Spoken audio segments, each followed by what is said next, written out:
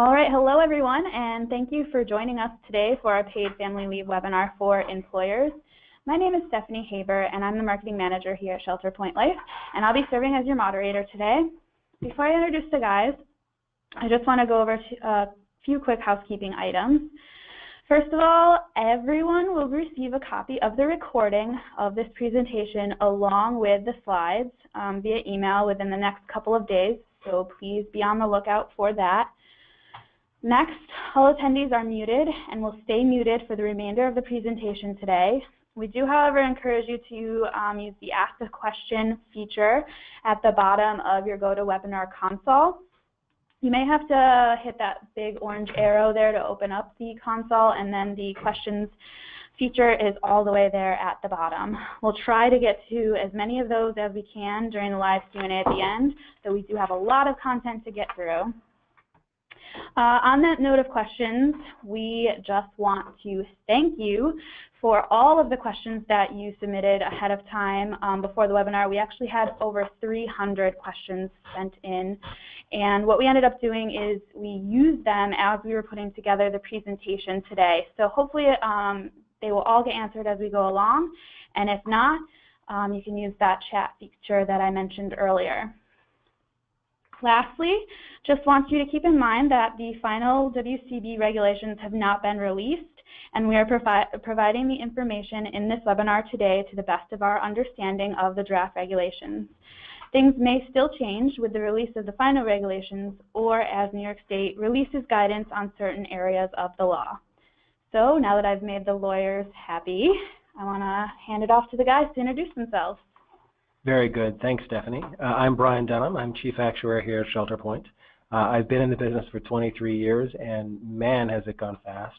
Things are going even faster now as Shelton Point is deeply involved in making PFL happen for New York State, and I couldn't be more happy to be a part of this exciting trend and thrilled to be talking to you today. Thanks, Brian. My name is Simon Claridis at Shelton Point, 9 years. My current role is Director of Business Development. Prior to my tenure at Shelton Point, I was in the brokerage community for over 20 years, directly servicing accounts such as yourselves on the phone today, more policy information, risk assessment, and claims support. So I'm happy to speak directly to policyholders because of my current role. I don't get to do that as often as I'd like to. So with that, I'd like to flip over to the agenda today and some of the areas that we'll cover. Brian, Stephanie, and I will cover these topics that you see in front of you. We will keep this fluid. There will be a few polling questions along the way to keep things interesting and get our assessment as to our audience today. And our goal is that everybody in attendance leaves the webinar with a better understanding of the New York State paid family leave benefit and its impact on your business. So with that, I would like to turn it over to Stephanie since we have our first polling question. Yeah, before we get started, we just want to know how familiar are you with paid family leave right now? So take a minute and choose an answer here. There are some options. The first one is, I know nothing, that's why I'm here. Number 2, somewhat familiar. Number 3, familiar, or maybe you're an expert.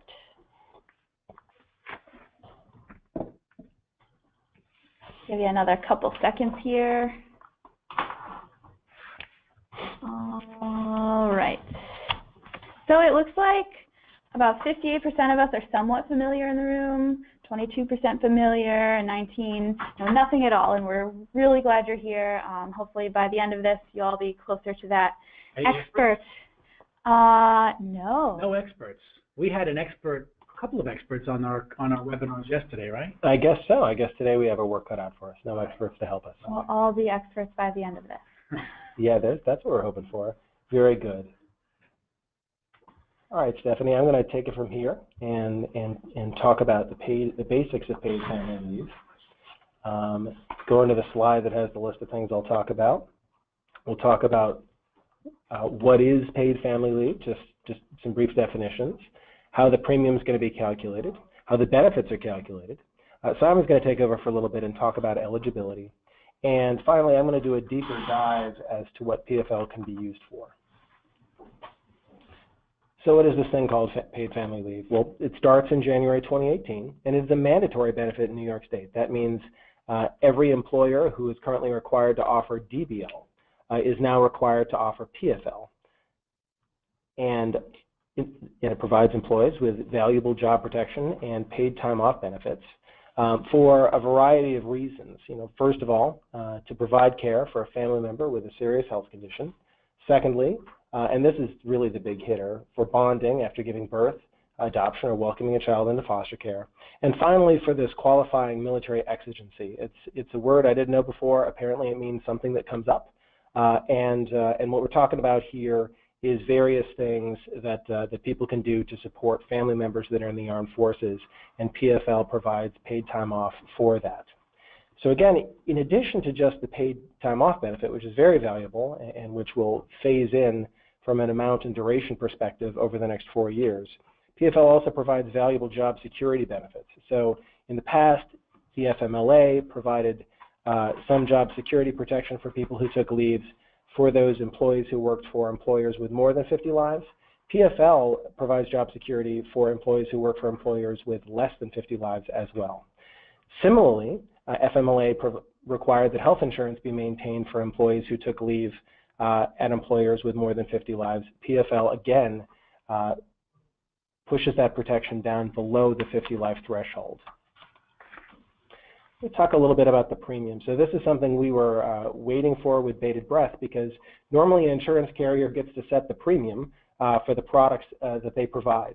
In this particular instance, that wasn't so much the case. The state sets the premium, and all carriers are charging the same rate for PFL by law. This 2018 rate is going to be as a percentage of salary, and the idea is that it's going to be 0.126% of the employee's weekly wage, capped once wages get beyond $67,907.84 per year. So essentially that's $85.50 and a few pennies after that. No one's going to be paying more than about $85.56 on an annual basis, because that's 0.126% of that $67,907.84 cap. And that equates to roughly a maximum contribution of $1.65 per week, averaged over the year. In future years, the state will be setting the rate by September 1 of the preceding year, and we would anticipate that rates would gradually go up over time, because the benefits are going up over time as well. So Brian, on the rate, I know in the disability world you have community rates under 50 and merit rating above 50. So this is one rate regardless of your group size? Great point, Simon. Thanks for catching that. Yeah, this is what's called, I think, a true community rate. So it doesn't matter how old you are. It doesn't matter whether you're male or female. It doesn't matter whether you're upstate or downstate. It doesn't matter whether you smoke or not. It doesn't matter whether you like, Coke or Pepsi. Bottom line, it's going to be the same rate for everyone by law. So we talked about the premiums potentially going up year over year because the benefits are increasing, and they are increasing rapidly as we go off into the future. So in 18, we're talking about an 8-week maximum paid leave benefit, okay? And that increases gradually to a 12-week benefit in 2021. And at that point, this will be very likely the richest paid family leave program in the nation. These benefits begin at 50% of wages and gradually increase to a skosh over 2/3 of wages. And those benefits are capped at that same percentage of the New York State average weekly wage. And because the New York State average weekly wage is roughly $13.06 per week, that equates to about a $650 benefit in 2018, and something that's going to be like a $900 benefit in 2021, because that average weekly wage is going to inflate every year at roughly 2-3% annually. So very rich benefit. And in particular, it's a very rich benefit relative to that $170 maximum benefit that you see for DBL. And you'll see how that matters a little bit later. But before I get to that, I'm going to ask Simon to talk a little bit about eligibility.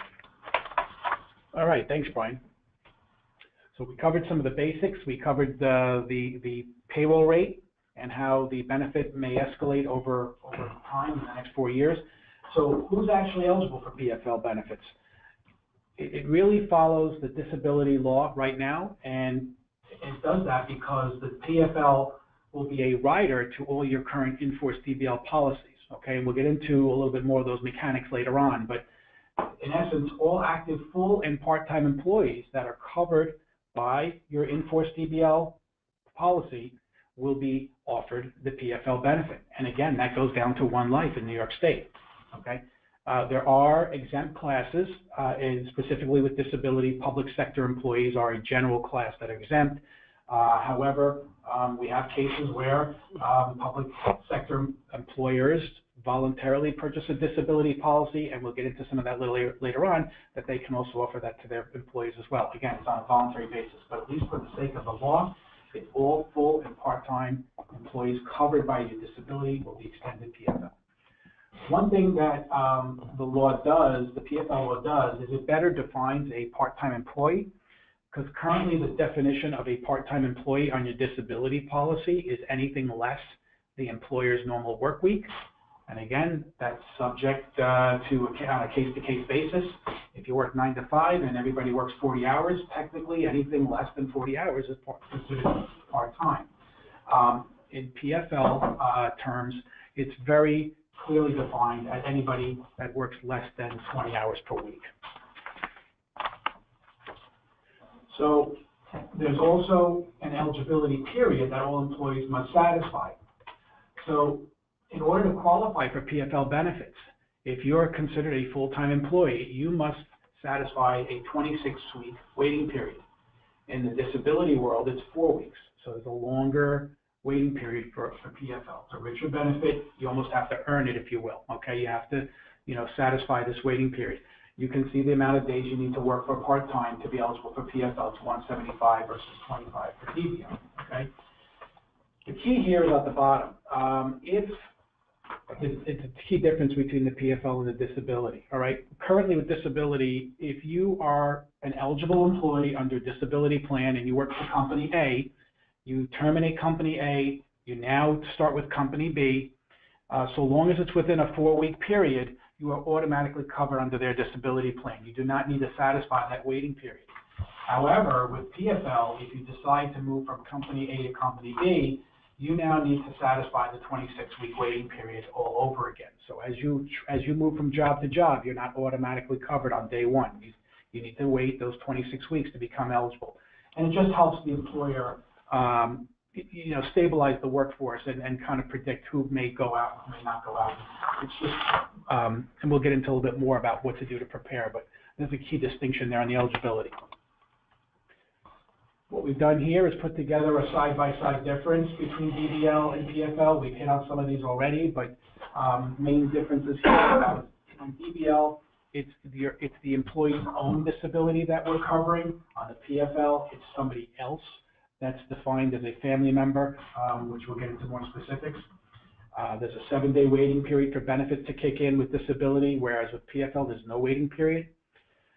Here's a key difference here. An employee can collect while out on benefit for paid time off, and on PFL, you cannot. Okay, again, key difference.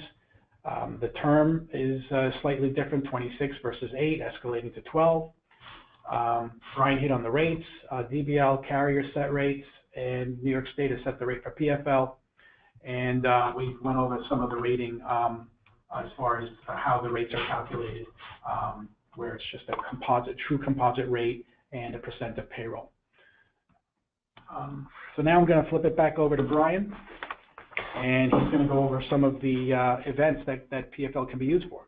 Very good. I briefly touched on these earlier, but there's a lot to drill into. So just to recap, PFL can be used for providing care for a family member with a serious health condition, and the two keys here are family member, so what qualifies as a family member, and the other one being serious health condition. What exactly is serious? Both of those are important, you'll see. Secondly, bonding leave after birth, adoption, or foster care. I talked about that $170 DBL benefit versus $650 PFL benefit. That's going to figure into this discussion. And then finally, that qualifying military leave event. We'll talk about what some of those might look like. So first of all, providing care. Family member, serious health condition. So what counts as a family member? Child, parent, spouse, domestic partner, grandparent, or grandchild. Okay? And one thing I would say here is parent is fairly broadly defined as anybody who stood in loco parentis to the employee when the employee was a child. So Anybody who is essentially your parent when you were a kid is your parent. That includes step-parents, in-laws, guardians, and so forth. Let's talk. And I noticed that siblings are not on that list. That's a great point. Siblings are not on that list. Interestingly enough, in other states, for example, California, I believe they just launched that siblings would be part of their paid family leave program beginning in 2018. I think what you're going to see here is a little bit of an arms race between New York, California, New Jersey, Rhode Island, and other states that introduce paid family leave. I wouldn't be surprised if one of the things we see over the course of the next few years is that siblings are added to the benefit. They're not in there year one. Another interesting thing that we've seen in New Jersey recently is that there's pending legislation that suggests that potentially lower income people will get a higher percentage replacement of salary for their benefit. That makes a lot of sense. I can see that coming over the George Washington Bridge too. So we're just going to have to see. We're going to have to keep our eyes peeled, and we'll be sharing with you shortly some information about a great resource for you to be able to keep your eyes peeled. So back to this providing care stuff. What qualifies as a serious health condition? Well, as an example today, guys, I don't know if you can hear it in my voice, but I have a cold. That doesn't count. A few other things that, for example, would not count are the flu, upset stomach, headaches, unless it's something really serious driving the headache, cosmetic treatments, routine examinations. So, for example, a routine examination where you're taking your kid for their annual visit. They can't take an intermittent one-day PFL leave to take their kid to the doctor for a routine medical exam. Really what this gets down to is the person you're caring for has to be unable to work, attend school, perform regular daily activities, or be otherwise incapacitated. And generally we're talking about something that has to last for at least 4 consecutive days, where there's 2 doctor treatments or 1 doctor treatment and a doctor-supervised regimen thereafter. So you can get a sense of they're trying to weed out the stuff that you're dealing with day to day as a parent with your kids. But if Jimmy legit breaks his arm, then maybe there could be a PFL claim, and certainly if Grandpa has a heart attack, it's a situation where there could be a PFL claim. Talk about the bonding. Now, in New Jersey, bonding claims represent roughly 80% plus of the total cost of paid family leave. So primarily paid family leave is a maternity paternity leave program. There's the family care component, there's a military component, both of which are very important and very valuable for the people, especially for the people who need to use them. But this really is a maternity paternity program at its core. An employee's entitlement to paid family leave for birth, adoption, or foster care expires at the end of the consecutive 52-week period beginning on the date of the birth or adoption. So let's talk about sort of what that means. One thing that means is, as of 1/1/18, this coverage will be able to be used for anybody who had a baby in 17. So, for example, you might know very well who the new moms are out there, but you might not know who the new dads are. And both the new moms and the new dads who had a child in 17 are eligible to take paid family leave beginning 1/1/18 for a birth that occurred in 17. A couple of other important points: DBL and PFL can't be taken together, and in the combination can't exceed 26 weeks total within that 52-week period. But DBL and PFL can be taken sequentially, and PFL can be taken preferentially over DBL following a birth. So I'm going to give you 2 scenarios, 2 endpoints. One scenario is a mom can go ahead and have a child, and she can go ahead and take her 6 to 8 week DBL leave or disability, depending on whether or not there's complications. And then as soon as that's over, she can go ahead and say, okay, now I'm bonding, and she can go ahead and take that 8 to 12 week PFL leave. On the other hand, if mom figures, you know what, I got to get back to work, I only really want to be out for a couple of months, mom, as soon as mom has that baby in hand, she can say, you know what, I'm not feeling so disabled as much as I feel like I'm bonding right now. And mom can go ahead and say, don't send me $170, send me $650, and I'll go ahead and take that 8-week PFL leave from the jump to be able to access the higher benefit. And a new mom can do anything in between those 2 endpoints. And sorry, go ahead. What I'm hearing is that this really gives the employee a choice. They can make a personal choice as far as what works best in their life and how to apply the benefits that they're entitled to. Right? I mean, that's how I'm hearing it. Absolutely. And so this is going to be extremely gratifying and extremely helpful for employees, and probably extremely frustrating for employers, right? Because there's going to be a lot of options that people can have. I'm going to throw out one other option, which may not be that popular day one, but who knows what the hipsters in Brooklyn are going to pull. For example, you can have a situation where you can be a new dad, and maybe you're trying to figure out the best way to do child care in the first year of your child's life. You can work it out so that mom covers Mondays, grandma and grandpa covers Tuesday, Wednesday, Thursday, and you can go ahead and take 40 consecutive Fridays off. And so because you can take PFL intermittently in increments of no less than 1 day. And so PFL in this way can very much be used as a child care strategy as much as it's used as a bonding vehicle. Interesting.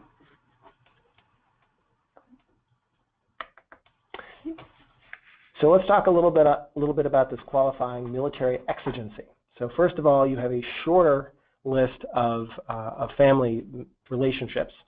The military leave qualified member has to be either a spouse, domestic partner, child, or parent. So you can't do this for grandpa and grandma.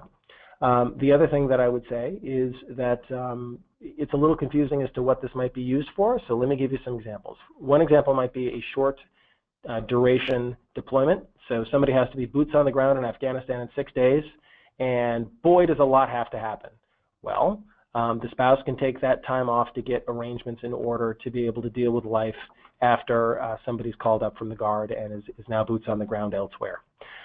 Another example might be R&R. So somebody's home between tours, and there's a 2-week period that you can take off to be with your spouse or with your child or your parent to enjoy that R&R time with them and make that a quality experience for them while they're stateside.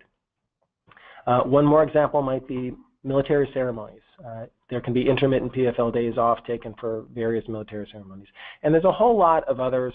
Those are the big hitters, I think, other examples of this. And they're all kind of codified under the FMLA.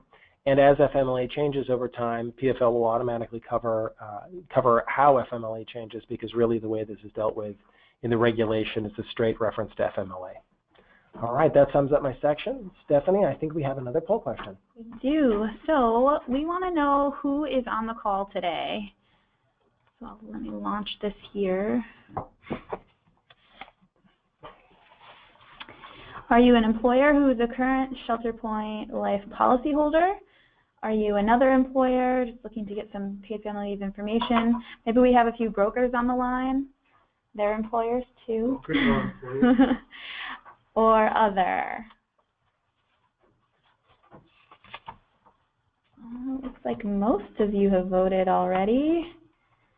So I'm going to go ahead and close this and share it up here. So we have about 40% of our policyholders, 32% other employers, and 22% brokers on the line today. Wonderful. We have old friends and new friends. Yeah. So just a quick follow-up question to you, the employers out there. We just want to know what your group size is. So are you a sole proprietor with 0 employees? You have 2 to 49 employees, or more than 50 employees? Looks like a pretty even split. All right, I'll give you another couple seconds here. All right, looks like we have about 45% of 2 to 49 and 54% of 50 plus. So very good. A good mix of. I think there are 1 or 2 sole props out there. Yes. Well, singleton sole props. Right. Okay, so Simon, you want to talk about the employer impacts? Sure. So this is really where the rubber hits the road. We've done, I think, a pretty good job just giving you the basics, the rate, some things about the benefit and about the law, but really, how is it going to impact employers in New York State? In the next several minutes, that's what we'll try and share some information, okay? One thing we want to cover immediately, because we get asked questions constantly the last few weeks, is about the employee payroll deductions. So Stephanie added this section to the deck just dealing with the payroll deductions. There's some fact out there. We want to kind of just go what is the law and what you can do and what your rights are. And as an employer, you'll eventually need to decide with your payroll service and your accountant what's the best way to handle it. But we can simply state that employee payroll deductions can start on July 1, and that's Saturday, okay? So it's funny, we've been preparing this Shelton Point have been working on this PFL project for about 15, 16 months now since it became law, and it actually goes into effect on Saturday. That's pretty cool. So I just had to get that out there. Anyway, yes, you can start taking deductions on July 1. Employers must pay the premium. So we, as a carrier, and all our competitive carriers that will eventually bill their policyholders, they'll bill the employer. The employer is responsible for remitting premium, and the employer is responsible for deductions if they so elect to do that. Now, the employer can fund the coverage on their own. Now, again, that's their choice. Or they can work out a cost share if they want, or split contribution. But the way the law reads, it is an employee-funded, it's an employee-funded benefit, but it does allow for the employer to contribute part or all if they want to, okay? Employers don't have to refund any collected premium from July to January should an employee leave in that time. So I work somewhere, you collect 3 months of pay family leave premium from me, the law doesn't go into effect yet, and I leave. By law, you don't have to refund that money that you collected, okay? Here's another thing. If you elect not to start deductions on July 1 and decide to start taking deductions, let's say October 1, you can't retroactively go back and charge your employees for those 3 months. You can't claw back and take that money that you didn't start. So when you start, you go forward, you can't go back, okay? And you know, we'll get into some more Q&A on the payroll and the payroll deductions, but we just wanted to touch upon that. I also now want to pass it back over to Brian because he's going to go into more of the contributions and the maximum allowable. Very good. Thanks, Sam. But before we leave this slide, I did want to make a couple more points. First of all, you might ask the question, well, wait, why in the world would I start deducting July 1/17 for a coverage that starts 1/1/18? The thought process is as follows. There's a lot of these DBL policies that are out there, and of course PFL is a rider on those DBL policies that are paid annually in advance. And employers like that mode because, you know, this is just not a big check anyway. So do you really want to split this into 12 or 4, you know, monthly or quarterly payments? In order to facilitate that, that's why the state decided that they were cool with this July 1st beginning of deductions, because that way employers can have withheld a chunk of change that will then help fund the partial fronting of that premium. And then, of course, they can continue that withholding to kind of cover the remainder. So really, this is intended to make it a little easier for employers to fund those annual in advance premiums. So if you are in an annual in advance policyholder, then you may want to start a little sooner. And if you're quarterly in arrears, you may want to start a little bit later with your withholding. Another comment to make here is how this works for new hires. You should be collecting contributions on everyone, whether they have satisfied that 26-week waiting period or not. That's one of the things that keeps the cost of this coverage low. You know, along with charging males, females, any age. You know, everybody pays for this, even if you're not eligible because you just joined a new employer. So go ahead and collect for those new hires. One question people have is exactly how this collection of contributions is going to work in terms of, you know, just how the payroll vendor should be instructed, should be working with you to make those deductions. And this is something that's still a little bit in flux. We're still having active conversations with the Department of Financial Services about this. But what we're coalescing around at this point appears to be that this is going to work a lot like FICA. The easiest way to do this is to have it work a lot like FICA. So in other words, go ahead and collect that 0.126% of every dollar of employees' wages until they hit that $85.56 maximum premium cap, which is what 0.126% of 67,907.84 is, and then stop collecting. That way you don't have to worry about whether you're paying somebody like a big old bonus in February and maybe you didn't withhold enough on that bonus, so how do you catch up later in the year, and what if somebody's paid biweekly or weekly, or they have commissions, or they're hourly or salaried, just collect a chunk of every dollar of wages until you hit that cap, and that's good to go. And then that will be consistent with what that should be consistent with what your insurance company bills you on the back end. Simon? Okay, so if you keep any slide today, then we hope that you keep this one. Our team put together a paid family leave top 10, and we're just going to run through down the bullets here. I guess I said refer to as David Letterman style.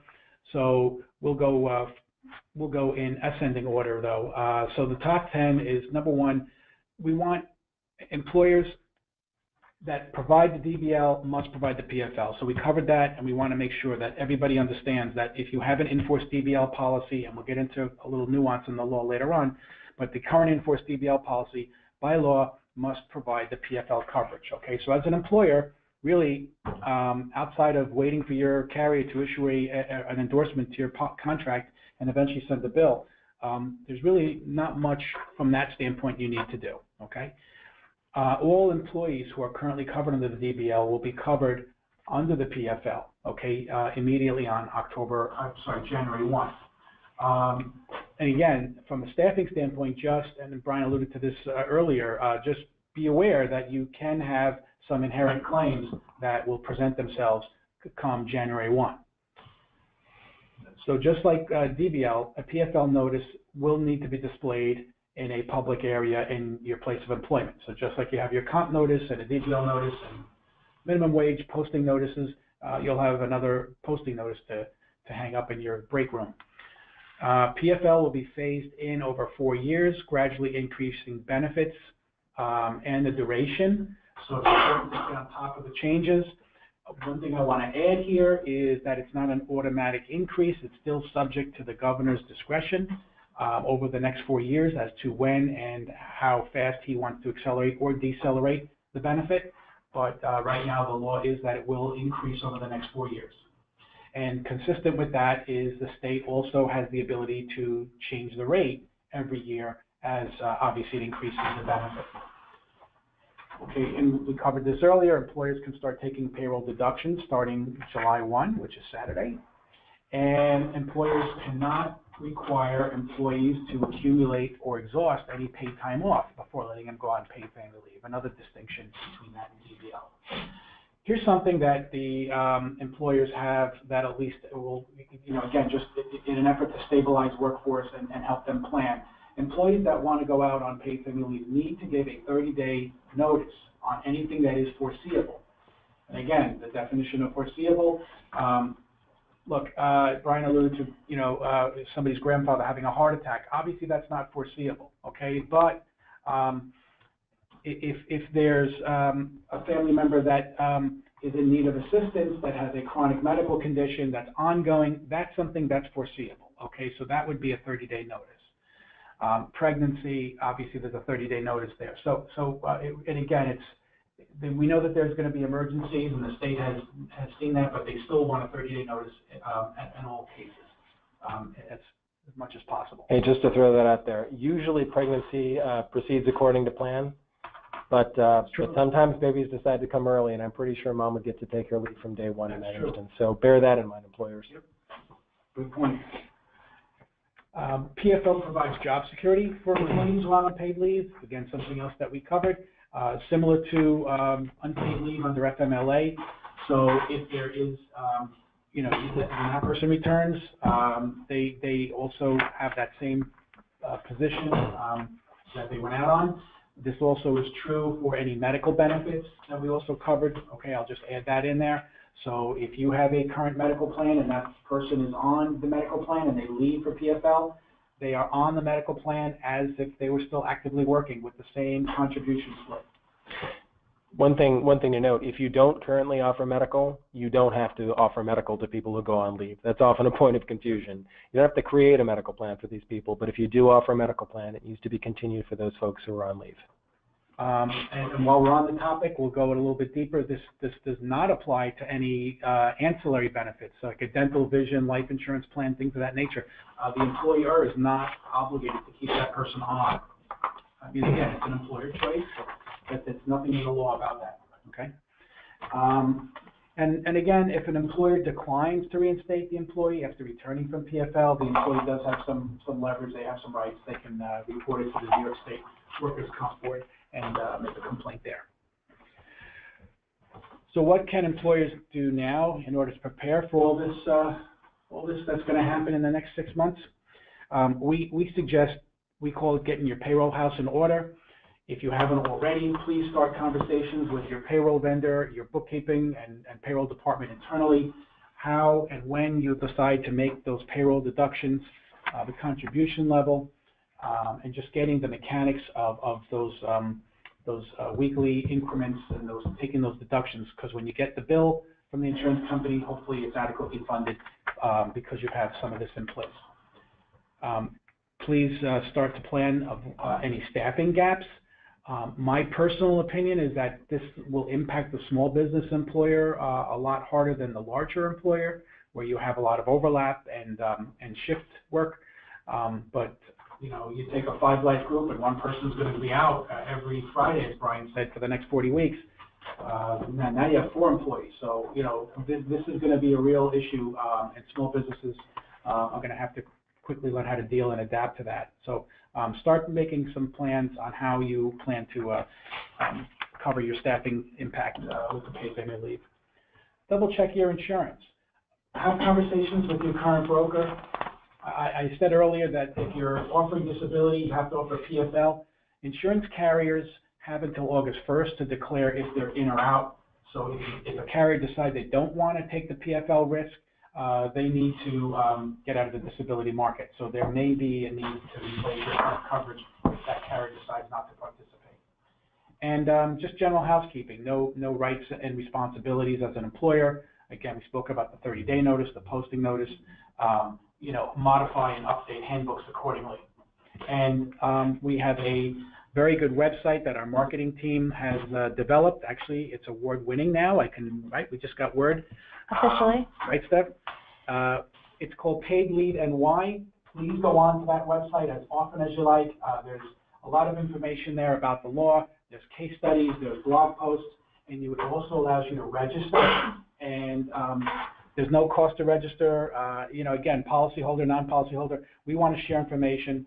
And as we get updates and update the content, you'll get an automatic update as well, which, as Brian mentioned before, keep your eyes peeled. Brian? Very good. Well, hey, before we leave this slide, one other thing to mention with regard to double checking your insurance, which will be very important to any employer out there that offers STD coverage that wraps around the DBL. So we're talking about something that, you know, typically would offer up to 6 months of short-term disability coverage at, say, 50 or 60% of wages or salary. One thing to bear in mind about that is typically that STD coverage will offset for DBL so that you know, somebody doesn't collect both the STD benefit and the $170 a week DBL benefit, so that they end up getting you know, a fairly rich income replacement. Make sure that that coverage offsets for PFL as well, because especially the new moms out there could have an opportunity to double dip and get a 60% STD benefit and a 50% PFL benefit, the sum of which is more than 100% of income. So do make sure that your STD appropriately offsets for that PFL coverage, or you're going to be really incenting the new moms to go out. All right, so as Simon mentioned earlier, we have a lot of resources available to help you prepare for this new mandate. You said it already, but I'll say it again, paidleaveny.com. Check that out. We are regularly posting content there on our blog. We respond to questions that come in. If we start to see the same question come in over and over, we'll write a blog post about it, explaining all the details. Did we say it was an award-winning site? Yes, award-winning site. Thank you. How about award you won? Well, for both looks and, more importantly, content. Content, yes. We have on the blog also, we call it the PFL in-person series, where we do interviews with people who will be using paid family leave. and how it integrates with them in their real life.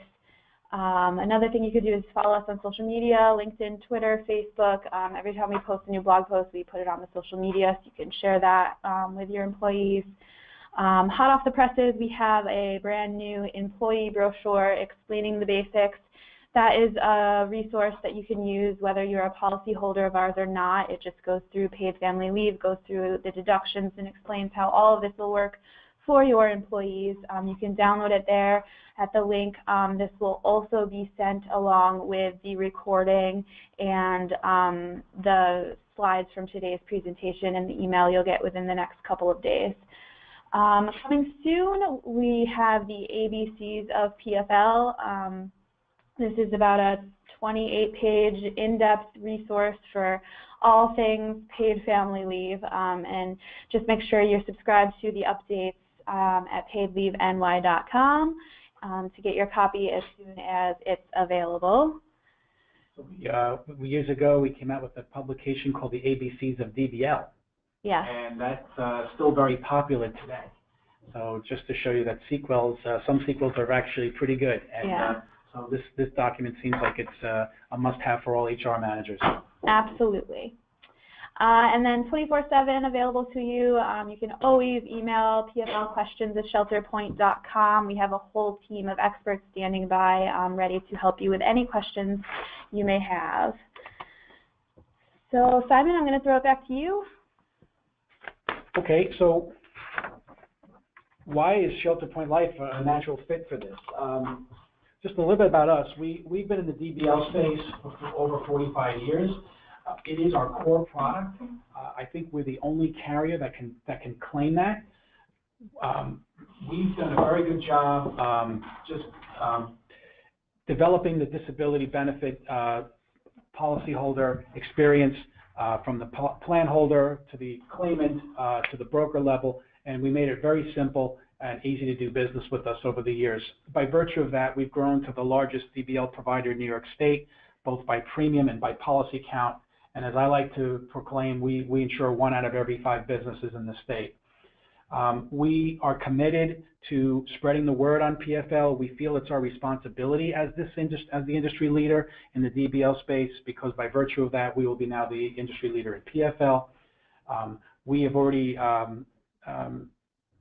set that all our contracts, our DBL contracts in force right now, will get the PFL rider automatically sent to them.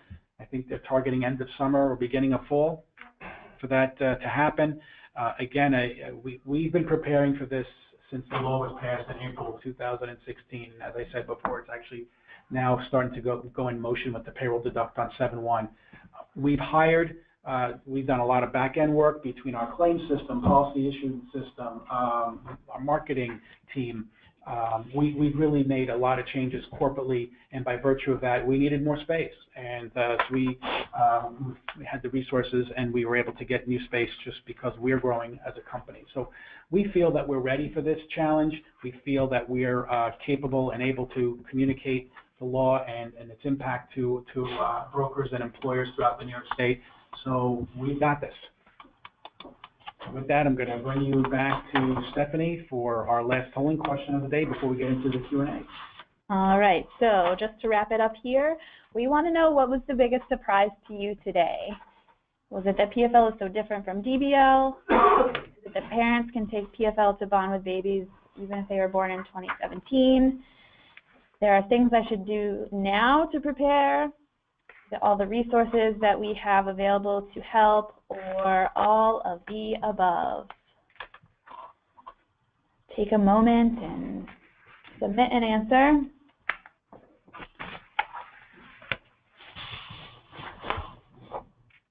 Nice. All right, 3, 2, 1, I'm going to close it. And a little bit of everything across the board here.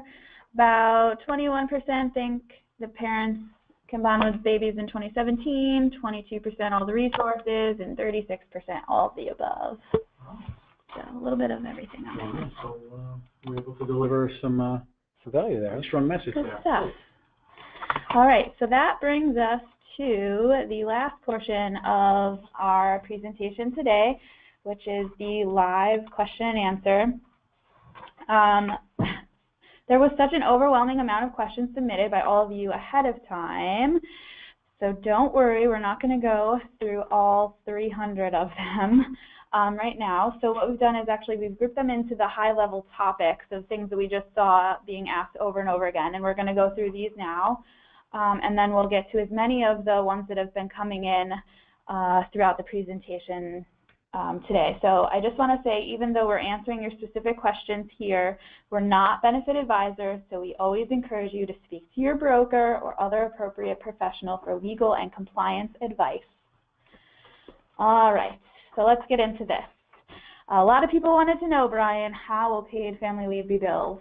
Well, I can certainly only speak to how Shelter Point would be billing, but I think in general, no matter who the carrier, employers can expect that PFL will be billed probably consistent with the frequency that they currently have DBL under, although we have heard of some carriers that are going to be snapping PFL to just a 1-1 cycle, sort of an off-anniversary cycle.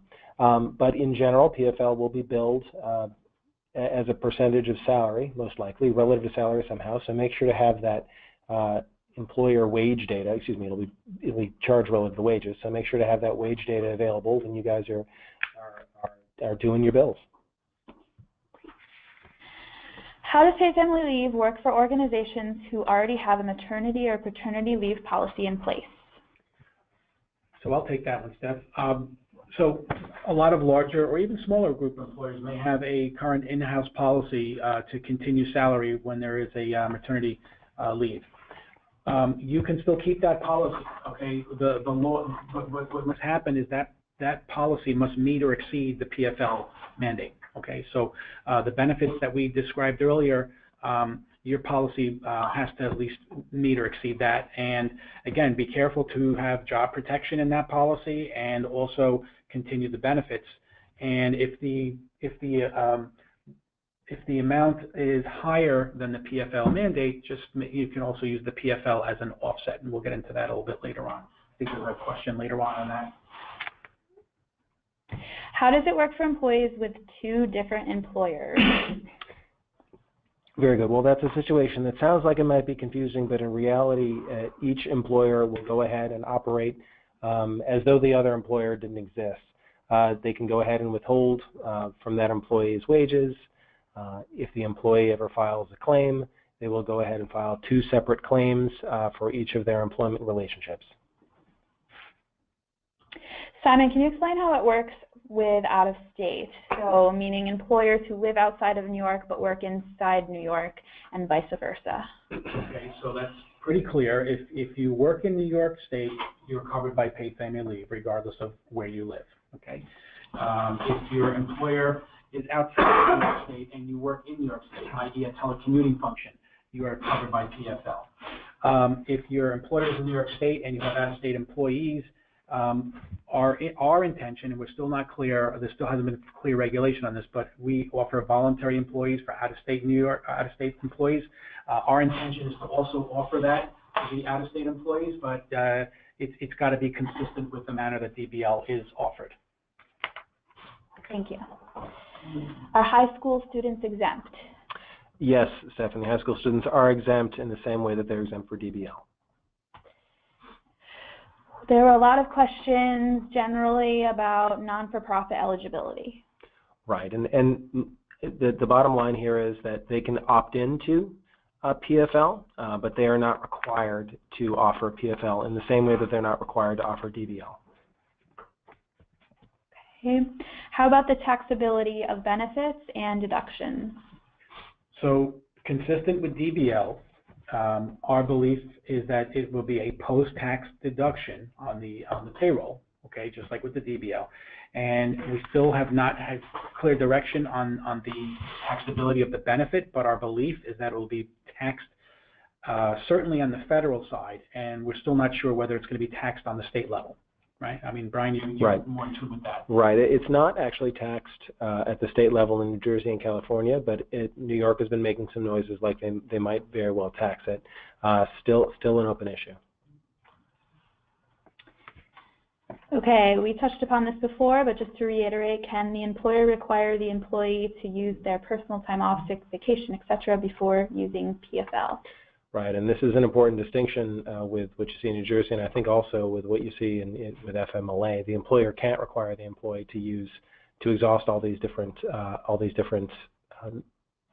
means of taking time off before they take PFL at all. Okay.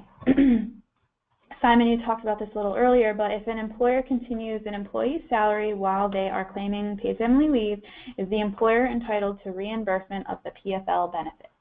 So yes, they are.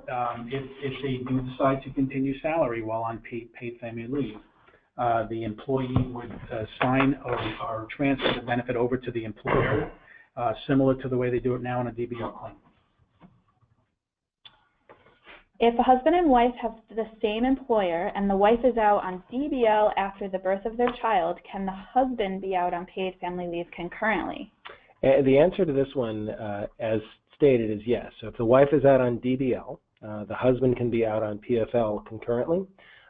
What might be limited, and it's actually at the employer's option, if the husband and wife work for the same employer, then that employer can not allow the husband and wife to be out taking PFL at the same time to either bond with a new child or care for the same care recipient. And so that element is at the employer's option, but if the wife is out on DBL, the husband can be out on PFL.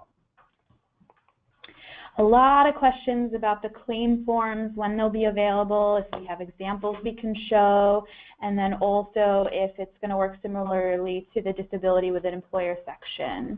Okay, so no, we don't have anything we can show right now. However, our team is developing the claim form.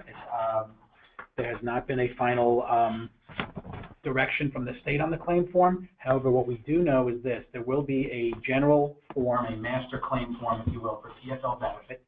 It'll be similar to DBL, where the employee needs to fill out a section and the employer, and there's got to be a medical documentation affixed to that. There'll also be a supplemental claim form, depending on which type of leave you're taking, whether it be bonding care or military exigency. So there'll be a supplemental form with more specific questions about that type of leave. So Simon, there was a lot of confusion also about who pays those claims. Can you just clarify that for everyone? So the claims are going to be paid by the in-force carrier. So we bill the employer, we collect the premium, we take the PFL risk, and we also take the claims and cut the checks directly back to the employee or the employer as directed. Thank you. So does administration fall on the employer for all of this, keeping track of days like FMLA, etc.?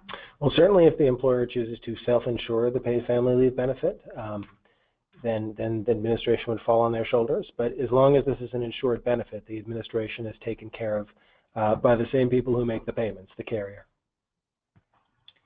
Can an employer deny time off due to lack of staff or because it will cause a hardship on the employer? No, they can't. They must offer the PFL benefit, again, providing that 30-day notice has been satisfied, again, if it's foreseeable. But if the notice has been required and they're an eligible employee, they satisfied their 26 weeks, and it's a claim that falls within the coverage, they have to honor it. Great. Brian, in terms of the providing care, draft regulations state close and continuing proximity to the person receiving care. Can you just provide a little color to that? Sure. So the whole intent here is that if you're taking a family care paid family leave claim, then you do need to remain in close and continuing proximity to the person that you're taking care of. The intent here is to make sure that it's not something that, where they're basically allowed to take a bunch of golf days off. And there's going to, WCB is working fairly diligently to make sure that the regulatory language around this makes sure that close and continuing proximity actually has some teeth. All right, just a couple more here before we get into the ones that were submitted today. Can you describe the relationship of paid family leave and FMLA, how they work together? Can employees take both? So the relationship is fairly simple. Paid family leave obviously is there's money involved. You're replacing some of the wages, whereas with the FMLA, the federal program, it does offer the time off. and the protection, but not any compensation. Okay, so there's a big difference right there. FMLA is for groups of 50 plus, where the PFL is for all groups.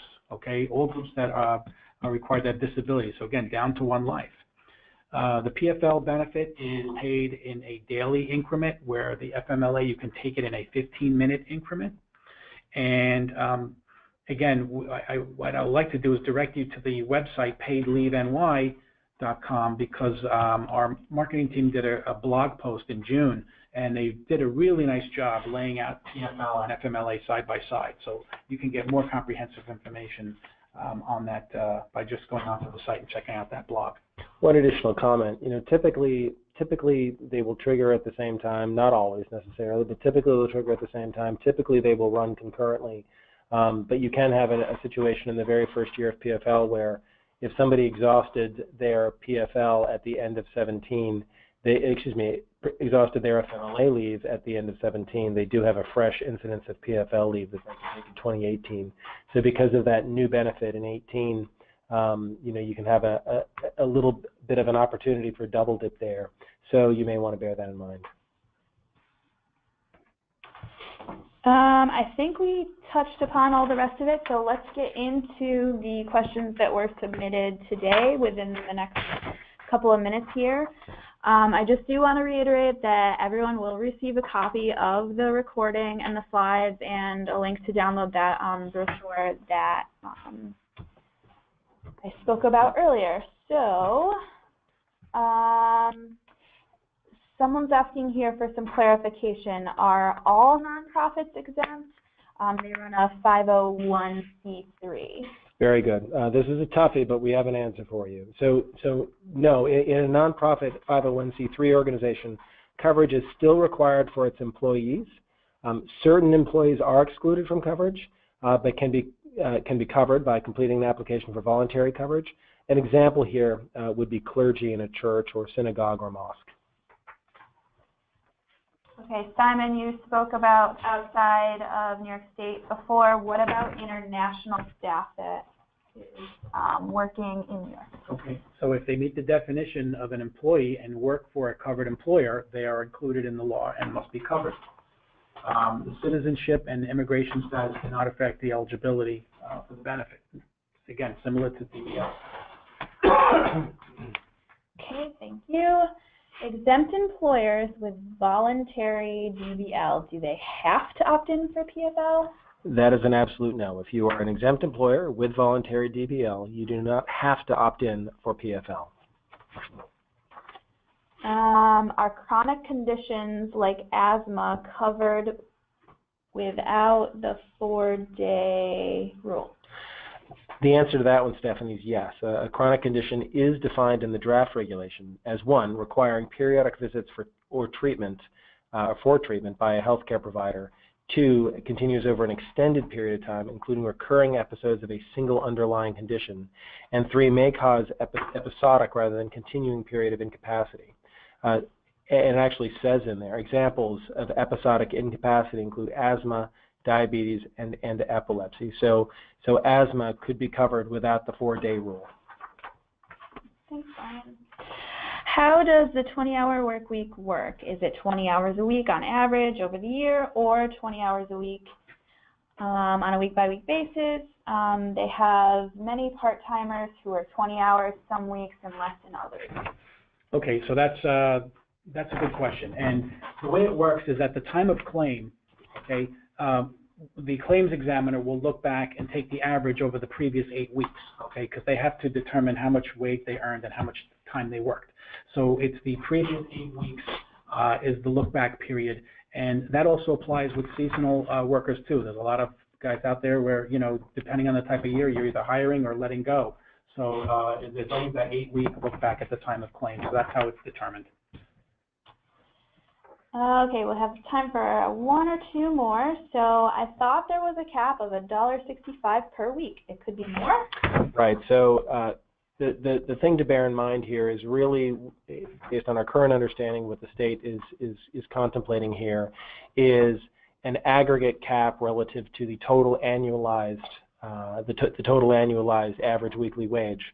And so really the relevant cap is more $85.56 per year, or roughly $1.65 per week on average, because if you have a regular compensation, you could have a situation where, say, maybe somebody makes $100,000 a year, but they make it all February 28th. You'd obviously undercollect for that person if you only collected $1.65 for that last week in February, and they want to make sure that and obviously some things that are like that are appropriately withheld for. We are waiting for DFS, New York State Department of Financial Services, to release clarifying guidance on this topic, but this is our understanding at this time. I would encourage all of you, for this topic and others, please go out there today, register for paidleaveny.com so that you get any alerts that will tell you when things change and as we have new information. Okay, I think we're going to say this will be the last question. Can employees waive participation? In very limited situations, the answer is yes. But again, this applies to workers that work very few hours, seasonal or intermittent employees that don't meet the minimum qualifications. And I believe it's 25 days. Yeah, I think the gist here is if based on your hours, you would never ever receive a benefit based on sort of your qualification of how many hours you work within a year, then you can say, hey, can you please not withhold for me? But that's pretty limited. All right, we want to thank you so much for your participation here today. I'm sorry we weren't able to answer all the questions. We will take them back, and when we're putting blog posts together, we'll try and make sure they all get answered as we put content together. That's about it. Should we say it one more time? Go to paidleaveny.com. Wow. We're winning. Very cheesy. All right, thanks guys. Have a great day. Thanks everyone.